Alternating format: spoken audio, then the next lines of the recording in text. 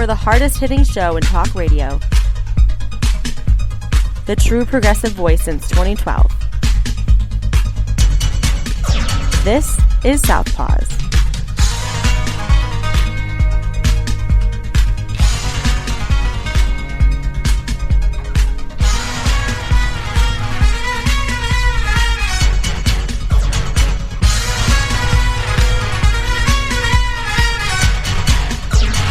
And welcome to Southpaws on the Pacifica Radio Network. We are the leaders of the revolution. My name is Darren Gibson. I'm your co-host. And my name is Jack Prince, your fellow co-host. Another week, another school shooting that we got to talk about, this time in Uvalde, Texas. We're going to spend most of the show on that. We also had some more primaries on Tuesday. We have some results, some we are waiting on. We have a double Hammer Time Award this week. Before we get started, a couple of reminders that you can follow us on social media by going to facebook.com/Southpaws Radio Show. You can follow us on Twitter at Southpaws Radio. You can follow us on Tumblr at southpawsradioshow.tumblr.com. You can follow us on YouTube by doing a search for Southpaws Radio. And you can become a patron of the show by going to patreon.com/Southpaws Radio. You can listen to the show anytime at Spreaker, Stitcher, Apple Podcast, or Reason.fm by doing a search for Southpaws. Once you found our logo, you found us. We send links to our weekly episodes to our Facebook, Twitter, Tumblr, and YouTube accounts. You can listen to us on Global Community Radio Channel 1 every Saturday night at 11 Eastern. And you can listen to us on great Pacifica stations, including KCEI in Taos, New Mexico, KZGM in Kabul, Missouri, and KEPJ in San Antonio, Texas. Be sure to listen to us there as well. Before we get started with the show, a big thank you to everyone who showed up to the Southpaws 10th Anniversary Listener Appreciation Party. We had a blast there. We had a lot of leftover alcohol, some of which I still have at the house. Some of the food I've donated, we had a bunch of hot dog buns that were left over. We expected a few more people than actually attended, so I donated the hot dog buns to North Kent Connect, to their food pantry, so hopefully those have been distributed. I'm going to need to drink alcohol after the news of this week, which we'll get to in a second here. Again, I want to thank everybody who showed up. A special thanks to our good friends Pat and Missy for helping to host the party. A big thank you to the folks at Grand Rapids Employees Independent Union for allowing us the use of their hall. A thank you to Rissa Jade, a local recording artist who performed. She has a new album out called Jesus Issues. You can find that on Apple Music and anywhere else that you stream music. And a very special thank you to my best friend who appeared, Katie J., back on the show for the first time since 2017. We got quite a bit of very positive feedback about her rejoining the show. So she is planning on joining us in the future. So it'll be nice to have a female voice on here again. What's not so nice right now, we got to talk about what happened Tuesday. This, we might as well just get to it right here. We had another school shooting in Uvalde, Texas. It's just outside, about 80 miles outside of San Antonio. 19 Close children. to the border. Yes. 19 children and 2 teachers killed by an 18-year-old who stormed the building, apparently with handguns. He also apparently had an AR-15, an assault rifle, and started shooting everybody who was in his path. Police tried to stop him from entering the building. Apparently they shot at him. He was wearing body armor of some sort. A couple of police officers were shot. There are several people that are still in the hospital, so the death toll could still rise at this point. But as of the time that we are recording on Wednesday, May 25th of 2022, the death toll is currently 19 children, 2 teachers. I have this story. This is by Suzanne Gamboa, Dennis Romero, Minya Von Burke, and Alicia Fieldstadt, writing for NBC News. Continuing, the suspected shooter, who might have had a handgun and a rifle, was also killed when law enforcement confronted him at Robb Elementary School in Uvalde, about 83 miles west of San Antonio. Texas Governor Greg Abbott said at a news conference, quote, "It is believed that he abandoned his vehicle, then entered into the Robb Elementary School in Uvalde with a handgun. He may have also had a rifle. He shot and killed horrifically and incomprehensibly 14 students and a teacher," end of quote. Again, this was a statement by Texas Governor Greg Abbott before the additional deaths were confirmed later on in the night. Multiple survivors are being treated at regional hospitals. Tuesday's attack recalls the deadly shootings at Columbine High School in Littleton, Colorado in May of 1999, Marjorie Stoneman Douglas High School in Parkland, Florida in 2018, and Santa Fe High School, Santa Fe, Texas later in 2018. It might have particular resonance for those shaken by the December 14, 2012 attack at Sandy Hook Elementary School in Newtown, Connecticut, when a 20-year-old man killed 20 children and 6 adults. Lieutenant Chris Oliveras of the Texas Department of Public Safety said the suspect shot his grandmother, who was hospitalized in critical condition before he drove toward the school. After he crashed his truck nearby, he went to the campus and opened fire. Lieutenant Oliveras said, quote, "He started shooting every single person that was in front of him," end of quote. Oliveras said Wednesday on NBC's Today Show that the gunman barricaded himself in a classroom. Officers outside could hear gunshots but couldn't get in as they were met with a barrage of gunfire. Some of those deputies were wounded. They eventually resorted to breaking windows to evacuate the children and staffers that they could. Texas Department of Public Safety said the shooter was wearing body armor and carried a rifle, but Oliveras said on MSNBC that they believe the shooter wore a type of vest that his tactical teams use. It's not clear if the shooter added ballistic protection to the vest. Oliveras also said the shooter did not have any criminal history, was unemployed with no friends or no girlfriend that they could identify. So this shooting took place at 11:30 a.m. Texas time on Tuesday. The shooter has been identified. We are not going to use his name. F*** him. Well, there's a lot of kids in Europe that don't have friends. There's a lot of kids in Europe and Asia and in Russia and around the globe that don't have girlfriends. But they don't go and slaughter 19 innocent kids in a locked room. So this whole thing about difficult life or a maverick or an oddball or bad apple, we lead the world in school shootings. With 90% of the shootings that occur between 0 and 14 years of age globally, that means all of the kids 0 to 14 around the world, 90% of them are shot on the United States soil. This is a United States indication of the madness here. That's exactly what it is. You and I talk about litmus tests for who a progressive is. And we point out, if you're talking about corporate health, get out of the column of progressives, right? The litmus test for a sane, responsible government that takes care of its people is the amount of shootings we have of kids. We lose our credibility. We have no veracity or any credibility of being a responsibly governed country when we have allowed this to go on for so many years. You've lost it. You've lost any ability. And I'll open that up. First of all, let's just ask the question, the simple question. Why? I remember Michael Moore asked the question. People forgot. Why so many shootings? Other countries, Canada has access to guns. Canada has the equal access to ammunition as we have. Other countries have mentally disturbed people. Other countries have economic woes, many of them more severe than ours. Just why? Let's start with that question, Darren. If you had to answer a foreigner who said, why do you kill each other? Why do you shoot innocent kids? It really has to be answered. It's even deeper than the availability of weapons. Yeah. That'd be a good place to start.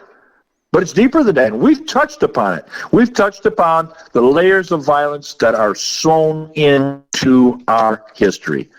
And if people can't study that, if that's banned from schools, which is exactly what they're doing, it's only going to perpetuate more murders. Yes, indeed. And the irony is there of this shooting happening in Texas, where the same governor who said this was horrible was the same governor that signed a bill recently to allow younger people to buy AR-15s. Sorry, this blood, all this blood is on the Republicans' hands. Every single one of them. Because they take blood money from the NRA, they take endorsements from the NRA. I thought the NRA was bankrupt. Why are they still around, Jack? Really? I thought they were too. I thought they were a laughing stock. Yeah. Because their existence is absolutely beneficial to the Republican Party. So they're not going to disappear. Yeah. I don't want to hear from Greg Abbott. I don't want to hear from Ted Cruz. They both can shut the f*** up. I don't want to hear from them about this, ever. You've lost your credibility because you take blood money from the National Rifle Association. And I don't want to hear the Republican politicians say, well, we're here to protect the Second Amendment. We're here to make sure that every person has a right to have firearms. You shut the up because it's over. There is no word that you can speak now. And the sentiment, I hear over and over again, well, it's going to happen. It's just going to be buried. News cycle, 3-4 days, it'll be gone. Buffalo's gone. Hundreds of schools and shootings are gone. Is there anything different to win this time, Darren? Is there anything I said in our last show about the Buffalo shooting? What has to happen to really, really bring about action? Is this the one? No. Can it be done? No, I don't think it can be. Because could it go into every nursery in the hospitals across the United States and slaughter day-old children? What can be done? Yet the same Republicans are whining and bitching and complaining about abortion. There's constipation in Washington. There's a big block of turds called Republicans, and you can't go around it. You can't give enough enemas up the rear end of our government. You've got to United States population. You should be making plans for the pool out in front of the Washington Monument ASAP. You should be anticipating hundreds of thousands of protests in days because there is a log jam of crap called Republicans in our government, and they're not moving. They're in there rock solid. Yep. There's got to be an uprising of people. I heard Steve Kemp, the coach, the professional basketball coach, just infuriated. I've had it. It's enough. Jumps up. What are we going to do?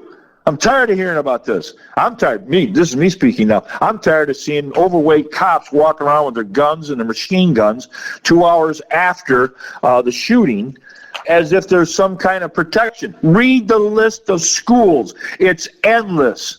It's absolutely endless. We've got a young woman right here in this town, graduated from the same school as my valedictorian grandson. I'm proud of him. Speak up and say, you don't serve us. I'm afraid of you, this woman said. We're going to do everything we can to get her voice because it is absolutely not in the middle of the plate. Yes, and we're actually going to post the video to our official Facebook page. And if any of our listeners can identify her, please contact us directly. We want to get her on the show. She has a very important voice that needs to be heard now. Do you realize, listeners, that the rate of shootings, as ubiquitous as it's been, the rate is increasing? We had an 18-year-old here in Michigan from Shelby Township just hours ago that was arrested threatening schools in Texas. They arrested him. They found a big stockpile of weapons. It wasn't an idle threat. The point is, this stuff feeds off it. This is like gas. There's so many nuts out there. When they see these shootings like Buffalo, now in Uvalde, I think that's how you pronounce it. Uvalde. Uvalde, they're being motivated They're being inspired. If there's not something done, it's going to be as out of hand as it is right now. We could be in the first quarter of this game. Yeah. I mean, it's just really, it's awful. What word is there? I mean, really, what word is there? I can't think of anything worse, Darren, than second graders being trapped in a room and the entire class being assassinated. The FBI was asking for parents to donate DNA samples, and the reason they did that was because the children were so badly mutilated they could not be identified. Yeah, I cannot think of a worse nightmare. And a nightmare that really is terrible is one you keep having over and over again. I've had some terrible nightmares. If somebody told me, hey, guess what? You're going to have that nightmare for every night you go to sleep. That's what America's facing. Exactly. Jack, let me please continue this story here. Again, this is NBC News. Lieutenant Oliveras of the Texas Department of Public Safety called the suspect an evil person. He had attended one of the high schools in the community, according to Oliveras. Pete Arredondo, the chief of police for the Uvalde Consolidated Independent School District, said at a news conference, quote, the investigation is leading to tell us the suspect did act alone during this heinous crime, end of quote. State Senator Roland Gutierrez, a Democrat, said the shooter purchased 2 semi-automatic rifles on his 18th birthday at an Uvalde area gun store. It was not clear whether either of those weapons was used in the attack. I guarantee to find out that they both were. I guarantee it as well. Yeah. FBI agents and Customs and Border Protection personnel were assisting local law enforcement with the investigation into the suspect's motives and background. Alcohol, tobacco, and firearms also responded to assist. Meanwhile, families of the deceased were being notified, according to Governor Greg Abbott, who, by the way, we might as well call him an accomplice to this crime, because he's the one that signed the goddamn bill into law.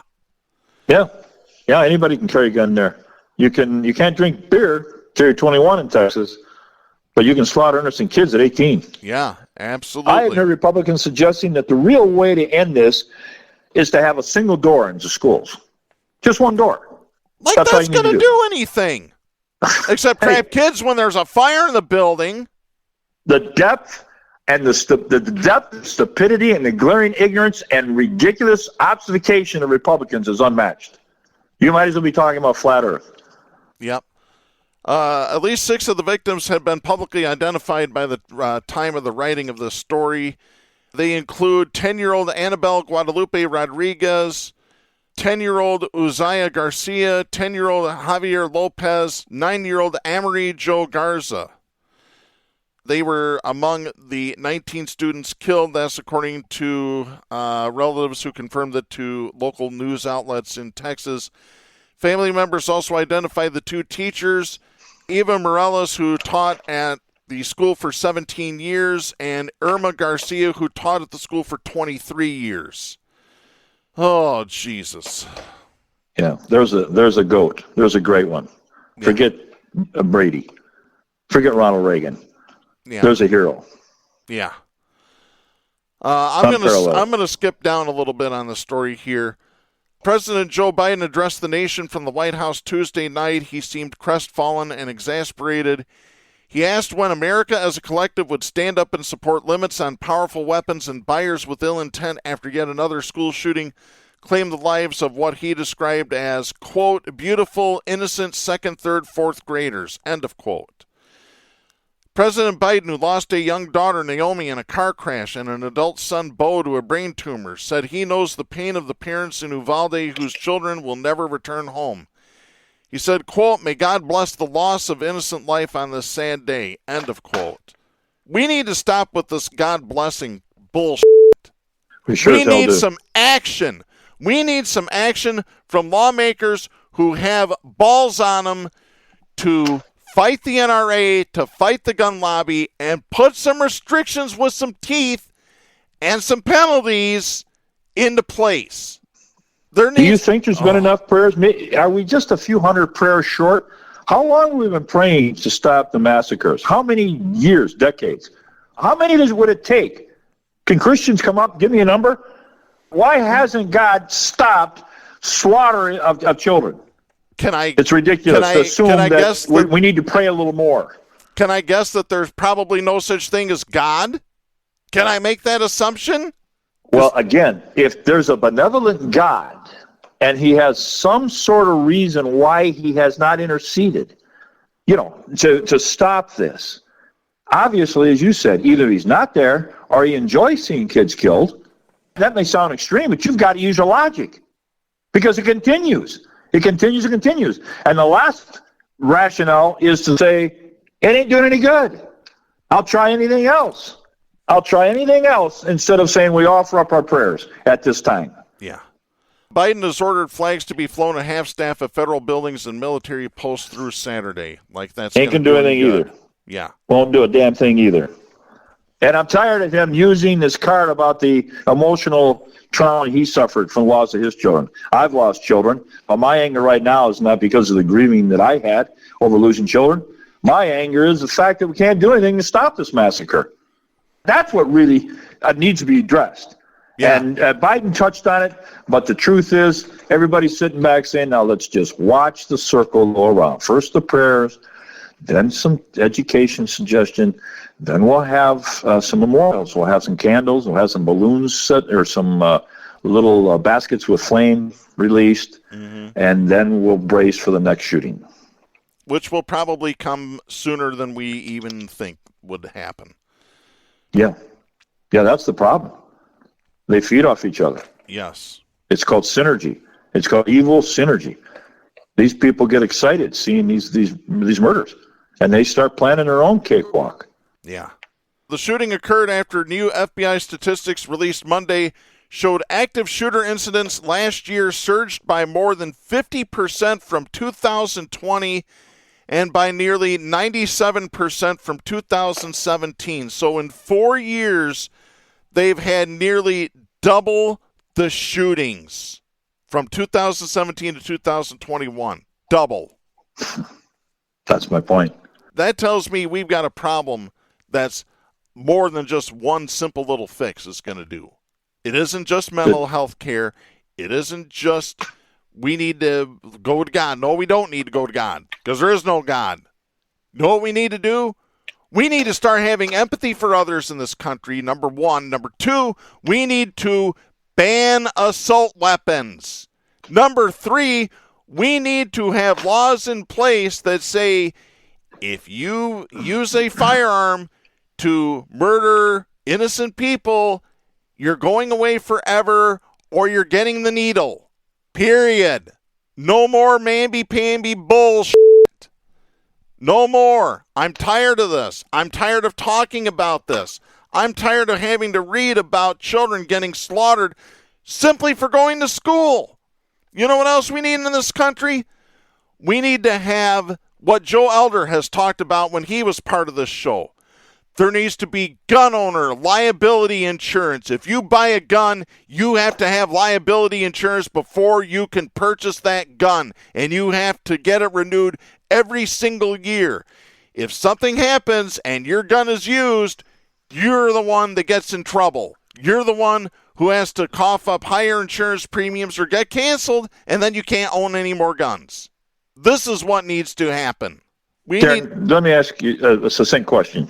You think that the Republicans in the Senate have been touched by this shooting are going to then initiate legislation for background checks? Absolutely not.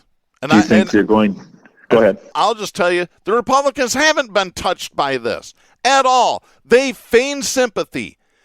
As Carlin said, they don't give a shit about you until you reach military age.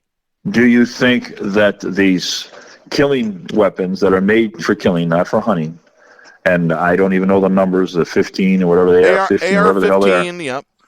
Yeah. Do you think that the Republicans are going to step aside and allow legislation to ban these weapons that are useless except for killing people? Do you think that's going to happen? No. There's not even hesitation, right? No hesitation. How many Americans agree with you? The percentage has got to be 70-80%, right? On those 2 points. You would just think those 2 points alone.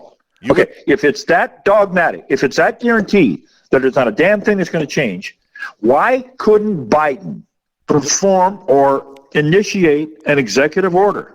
From my understanding, he can do that. And I hope he They have does. But why won't he do it? Because He's standing, pounding his fist on the podium. We need him to take action. I've had enough. Because here's what's If you've had enough, listen, your ratings couldn't go down. Exactly. Your ratings, Biden, could not go down. And if you're a senator, take the same approach in the House and in the Senate. If it costs you, if you think it's going to cost you your next election, so be it. Yep. Biden's calling for people with spine. Start us off, Biden. Start us off. Make an executive order. It's simple. You word it very simple. There must be background checks with the sale for any weapon. There is a ban immediately, like they did, I think, in what was it, Australia after a shooting there? Immediate ban on these weapons. Yes. If you're selling them in your greaseball little store somewhere, a munitions store around the United States, you're breaking the law. Immediate. Don't, in the press conference, Biden, that you gave yesterday, speak it right then and right there. You want to talk about backbones? I want to see yours. Yes. Executive order. You can do anything with executive order. How many foolish, stupid-ass things did Trump do with executive orders? Exactly. This would save people's lives. Yes, I don't get it. And it could be done. There's no reason it can't be done. It's for the same.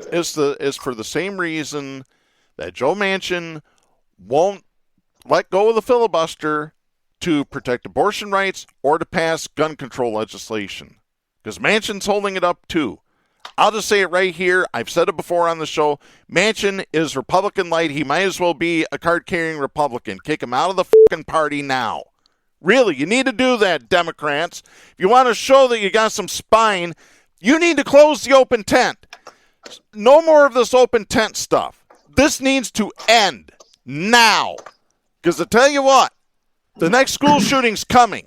I know it is. You know it is. Our audience knows it is. It's not a matter of if, it's a matter of when.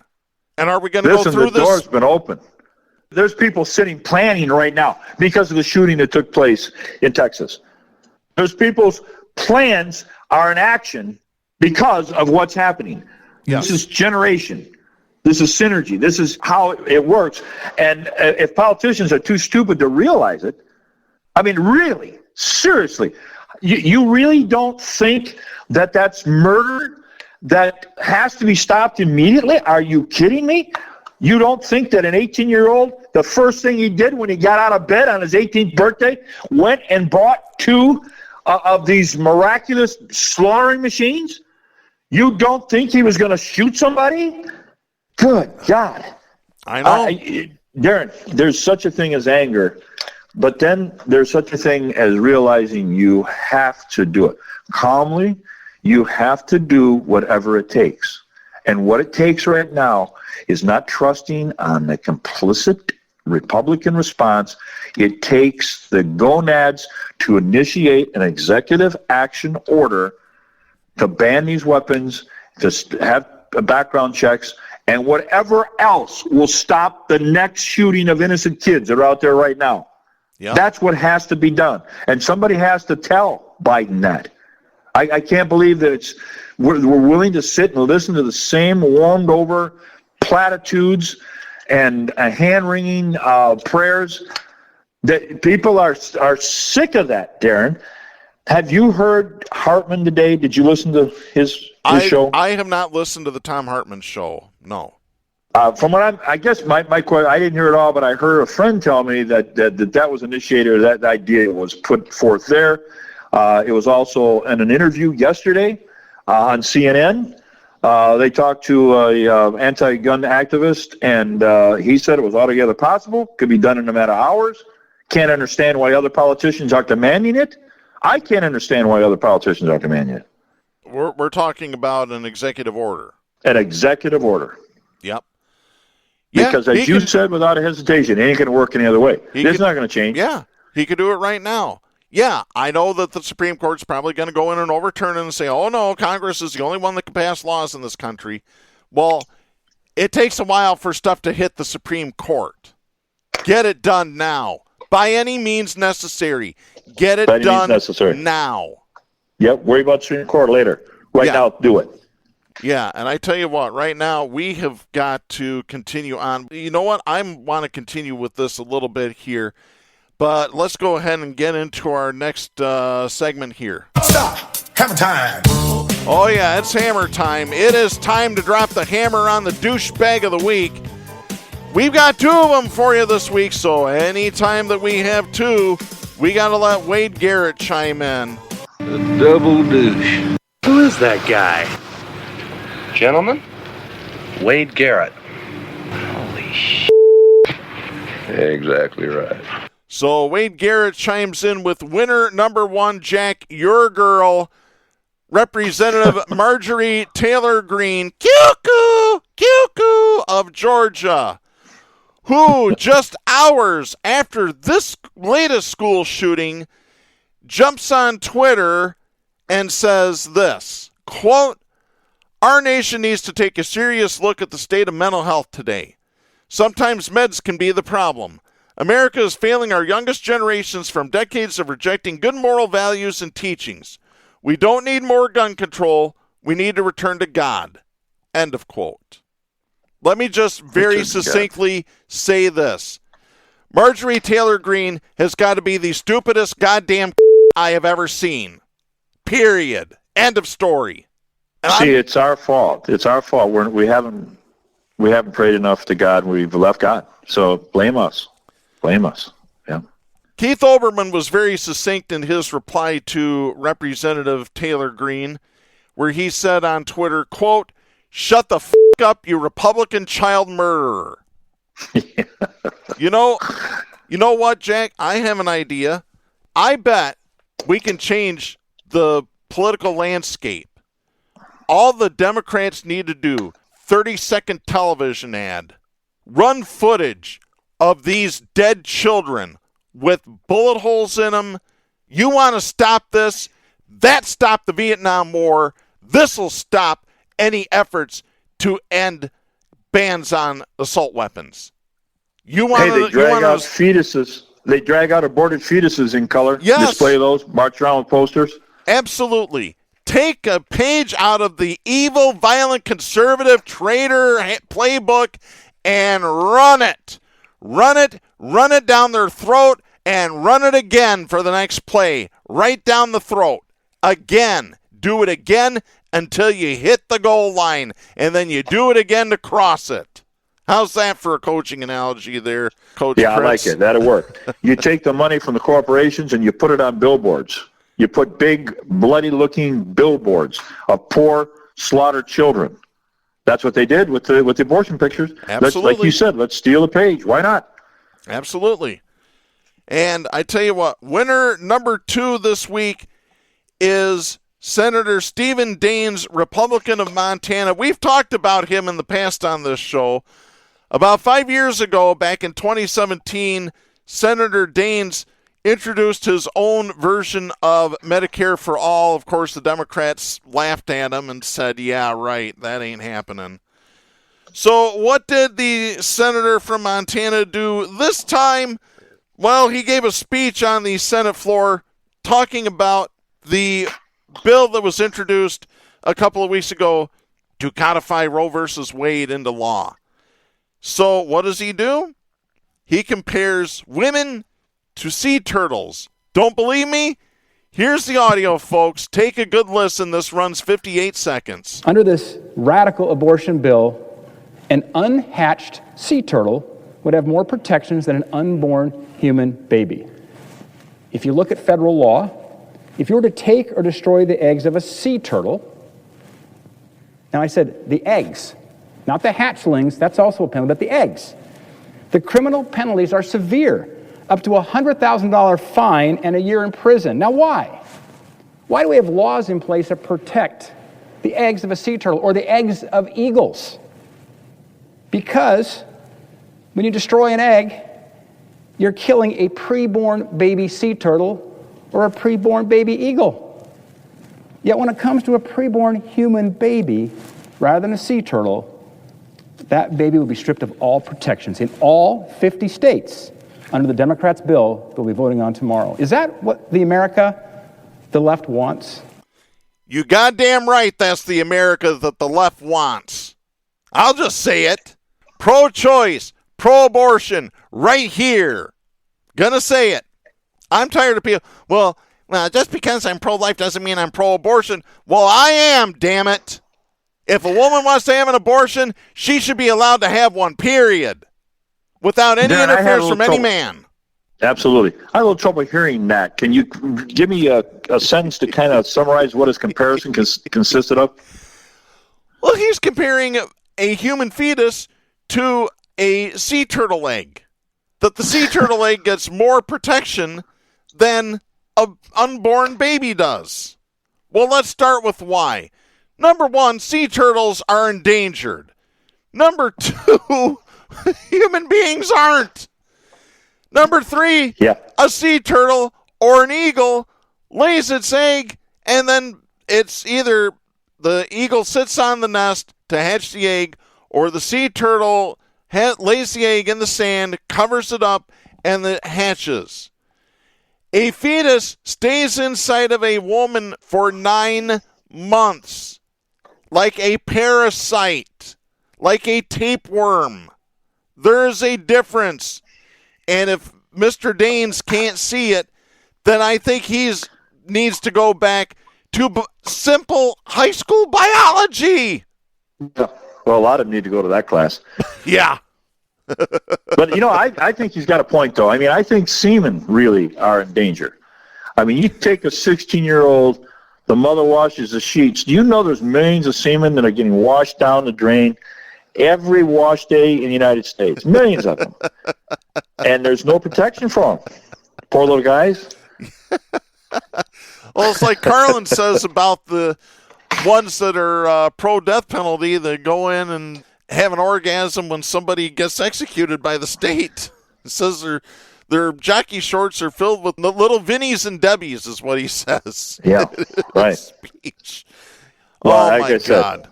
Any 15-year-old's underwear has got millions of unprotected semen right on the cover. Yeah, could start a Navy, right? Yeah. Oh, no, that's not the kind of... Never mind. By the way, special mention on this segment to the Texas Republicans for, again, passing the bill that lowered the age to purchase assault weapons like the one this little 18-year-old punk used to massacre 19 elementary school students. Unbelievable. Absolutely unbelievable. There's only one reaction you can have, and that's outrage. If you're feeling anything else other than outrage, you're listening to the wrong show. Yes, absolutely. And I want to thank our special correspondent, Katie J., for recommending Mr. Daines for Douchebag of the Week. He obviously is a winner. I couldn't believe it when she sent me that story. I'm like, man, Republicans will go to any length. Like Carlin said, they will go to any length to protect the fetus. But once you're born, you're on your own, Yeah, that was our point the other day at the party. Yep. At the anniversary party. Yes, absolutely. And by the way, we recorded a show. We're going to warn our Pacifica affiliates. That show is going to be uploaded to the network on June 17th because I will be on an operating table getting my kidney operated on. So we will use that show to cover June 17th. However, that show is now immediately available to patrons of the show. So go to patreon.com, select the proper tier, and you'll be able to listen to the episode right now. And we'll throw a little bonus in. We'll air it in its entirety on the Patreon. It'll just give me a few days to get it up there. So to Steve Daines and to Marjorie Taylor Greene, once again, congratulations. We have this message for you. Don't be a douchebag. Yeah, that's right. Especially Marjorie Taylor Greene, but that shouldn't really be a surprise. I wonder how she's going to have to get a new bookshelf for all the Hammer Time awards that she's won since she's taken office. How many has she? Do we have a rough figure there? Rough count? At least 7 or 8. She could be a champion. She could win it hands down at the end of the year. How about that? I think she surpassed Trump, to be honest with you. Wow. Unbelievable. Well, I tell you what, we've got to talk about our next topic here. We might as well just continue with Marjorie Taylor Greene a little bit, because it was primary elections on Tuesday, and we have some of the results. Unfortunately, Marjorie Taylor Greene won her primary. She was being primaried apparently by several different Republicans. So that was kind of interesting.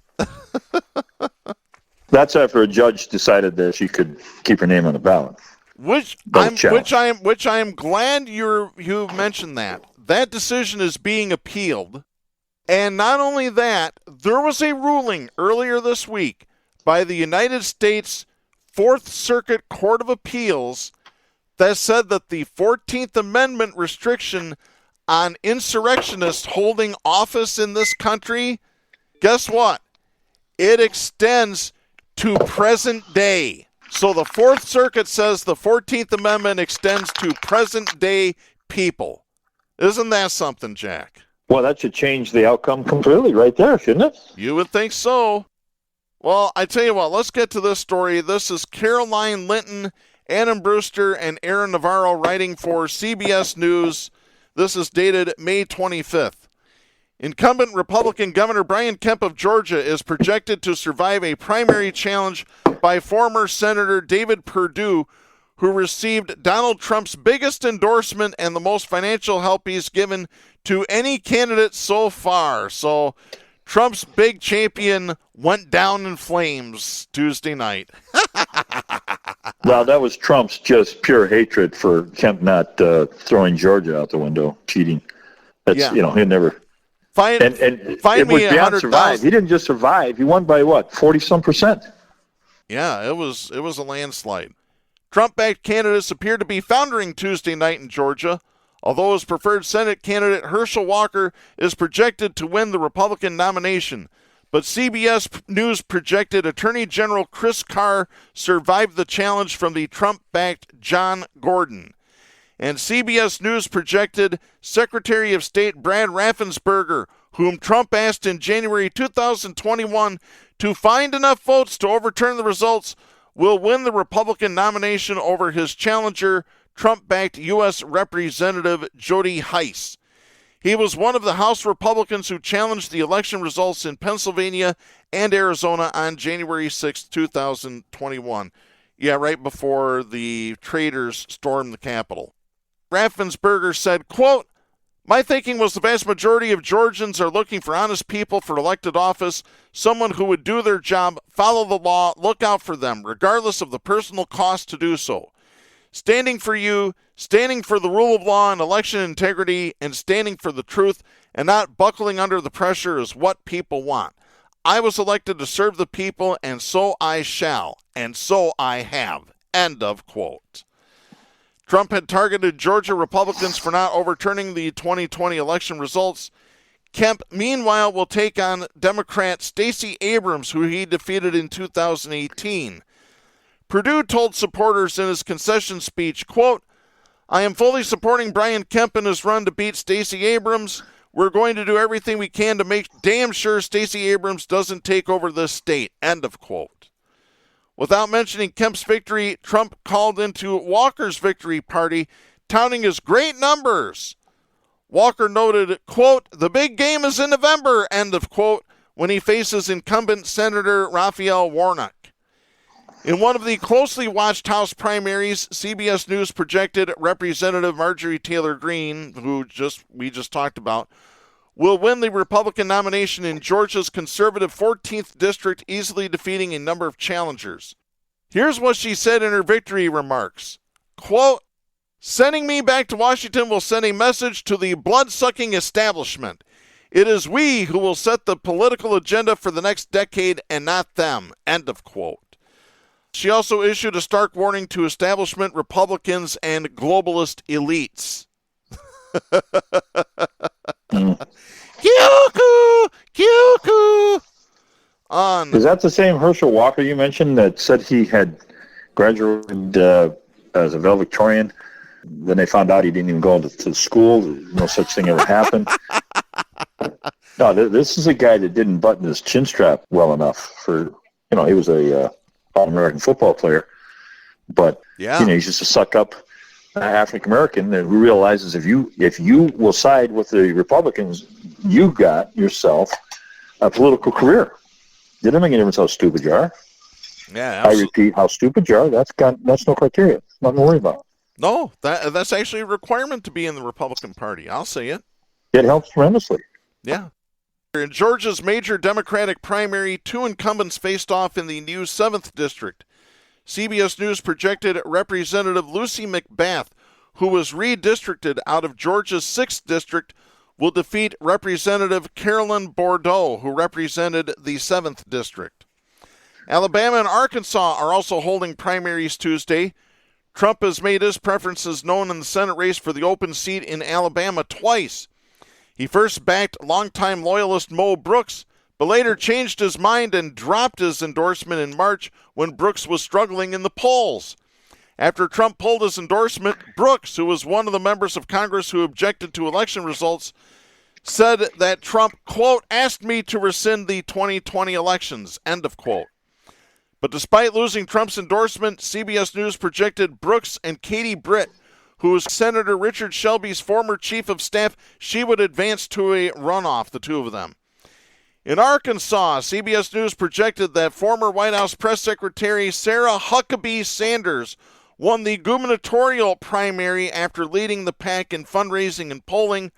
Her father, Mike Huckabee, was Arkansas governor from 1996 to 2007. A few crucial runoffs happening in Texas, which dealt with a shooting Tuesday near San Antonio. In the 28th District, incumbent Representative Henry Cuellar and Jessica Cisneros, his primary challenger, are separated by fewer than 200 votes as of press time. So there's probably going to be a recount in that race, regardless of who wins. By the way, Cuellar has already called himself the winner of the race. So that's disgusting because he's one of these pro-life sons of bitches. Yeah. CBS News also projected that Texas Attorney General Ken Paxton will win the Republican nomination, easily defeating Land Commissioner George P. Bush. While Paxton is mired in many scandals, Bush, the son of former Florida Governor Jeb Bush and the nephew of former President George W. Bush, couldn't overcome his family name. According to an April poll by Texas Hispanic Policy Foundation, 40% of Republican primary voters said they would never vote for Bush. 2/3 of those voters said that's because he's a member of the Bush family. 41% said they wouldn't vote for Bush because he's not conservative enough. Oh, my God. Yeah, well, that's one of Trump's enemies. I mean, remember when Trump eviscerated Jeb Bush? Yeah. Oh, my God. That's just too much here. And I think that Bush you mentioned, same name George, right? Yeah. Was kissing Trump's butt. Yeah. I think he capitulated. Yeah. In the meantime, let's move over to Michigan. We have this story by David Eggert writing for the Associated Press out of Lansing. Michigan's Elections Bureau said late Monday that 5 Republican candidates for governor, including 2 leading contenders, failed to file enough valid nominating signatures and should not qualify for the August primary. That's great. These are the guys that really are worried about election integrity. Yeah, exactly. Slip by him somehow, yeah. We call that projection. Well, Katie calls that projection in her trade. So there you go. The stunning recommendations immediately transformed the race in the battleground state and dealt a major blow to former Detroit Police Chief James Craig, who has led in primary polling despite campaign problems, and businessman Perry Johnson, who has spent millions of his own money to run. Democrats had challenged their petitions, alleging mass forgery and other issues. Another GOP candidate, Tudor Dixon, had also contested Craig's voter signatures as fake.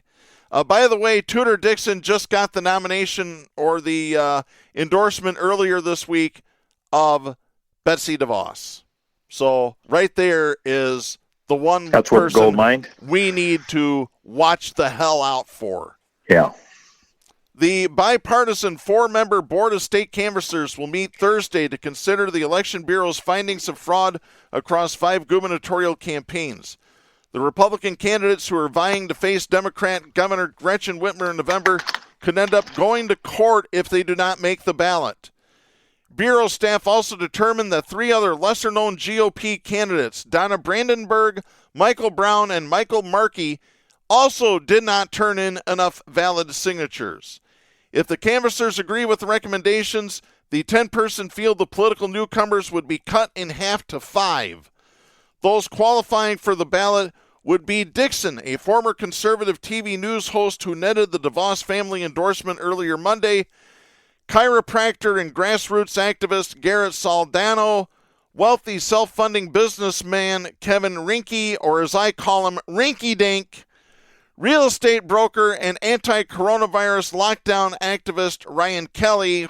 Isn't he in Allendale Township? Doesn't he hold office sure there?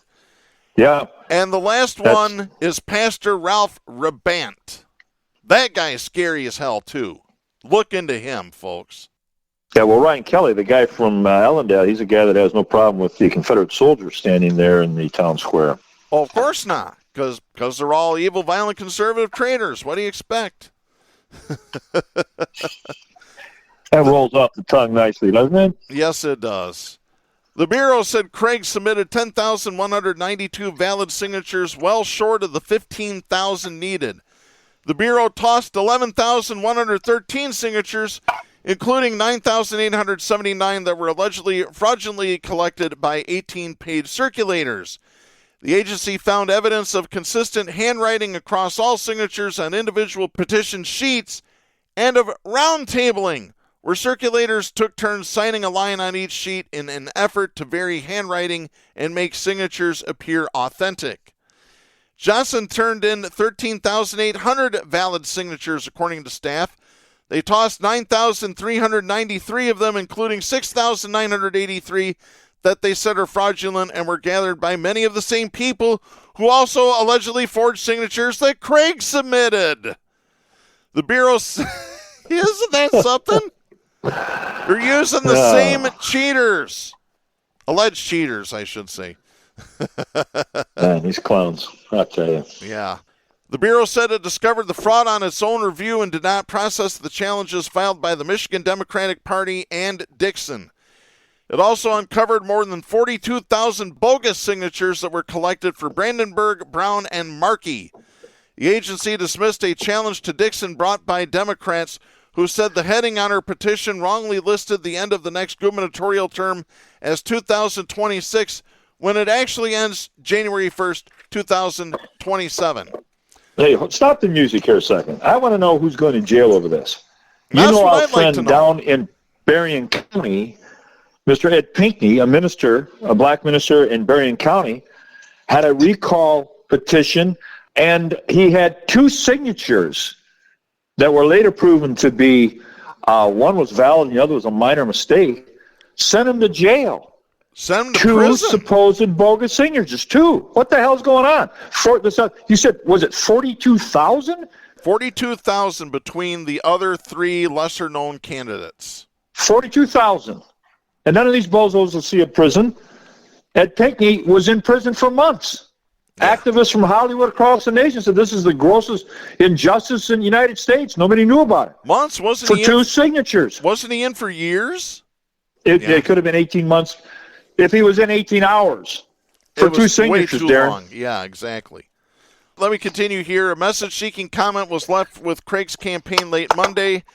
Johnson, the self-proclaimed quality guru, vowed to fight the recommendation from the Bureau, which is part of Secretary of State Jocelyn Benson's department. Yeah, quality guru, right? Those were quality signatures for the quality guru that looks like an alien with an awful haircut. Jesus. Have you seen this guy? Oh, yeah, He does. He looks like an alien. I know. Looks like he walked right off the damn mothership. Independence Day 3, they're getting ready to cast for that movie. Perry Johnson, you found your next calling. Go to Hollywood. Yeah, got to clean up the mess that Whitmer made. And the other bozo, I can't think of his name, the guy that drives around in an old Camaro. Yeah, Rinky Dink. Yeah, if you're conservative, ride a Camaro on in or get a horse in, doesn't make much difference. But he's going to, according to his campaign, he's going to end all state tax. Yeah, that's scary as hell. Well, yeah. I mean, that's absurd. Yeah, by the way, he's also going to end the leftist indoctrination in public schools. Yeah, you mean the one that says there was a civil war over slavery? You know, it's just madness like that? Yeah. Hey, Rinky Dink, off. I tell you what, right there's another one that I want to challenge to a celebrity boxing match, because I tell you what, I might not be able to whip cream with an outboard motor, but I could kick Kevin Rinky's ass. Rinky Dink, right? Rinky Dink. By the way, Perry Johnson's campaign consultant, John Yob, released this statement, quote, "The staff of the Democrat Secretary of State does not have the right to unilaterally void every single signature obtained by the alleged forgers who victimized 5 campaigns. We strongly believe they are refusing to count thousands of signatures from legitimate voters who signed the petitions and look forward to winning this fight before the board and, if necessary, in the courts." End of quote. The Bureau Folks, it's just like the election. There's no bogus. Those were fraudulent signatures, ladies and gentlemen. Don't even listen to that crap. Yet the same evil, violent, conservative traitors are the ones that are kicking black and brown people off the voter rolls because their name matches somebody else and a different address. Yep. That's what happened in the Gore race. Yes. That's what happened in Georgia when they kicked thousands of people. Go back into the archives and go back to our interview with Greg Palast, the investigative journalist. Yep. Read his book, Best Democracy Might Buy. Yep. By the way, the Bureau said it was working to refer the fraud to law enforcement for criminal investigations, so you know that the Republicans are going to bitch about that too, because Dana Nessel's going to drop the hammer on these clowns.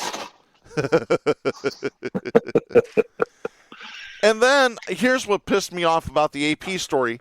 They then tell everybody how the staff was able to identify the fraud so that they can get better at it. Is that what they want?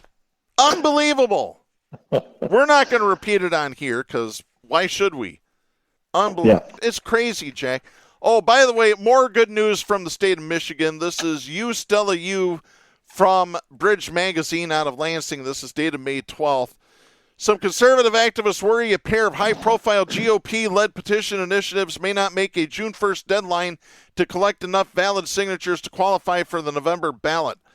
One measure that would limit public health emergency orders to 28 days is in real trouble. The Unlock Michigan 2 petition drive. That is according to Ron Armstrong, executive director of Stand Up Michigan. Bunch of traitors who want to let you roast in COVID forever. Sorry, I'm just going to tell it like it is. Really, seriously, these assholes. I'm done. Real quickly, Armstrong also said that a GOP-backed measure to tighten voting rules, which is called Secure My Vote, is roughly 100,000 signatures short of the minimum requirement to make the ballot, which is great news. I love this. Yeah, they're shooting them down, man. Well, we are totally out of time for this week, folks. We'll be back next week. I'm Darren Gibson. I'm Jack Prince. Please support independent media, the First Amendment, and a woman's right to choose. The stations that carry Southpaws do not necessarily share the opinions expressed on the show. Southpaws is protected by the First Amendment to the U.S. Constitution and is copyrighted by Big D Entertainment. All rights reserved.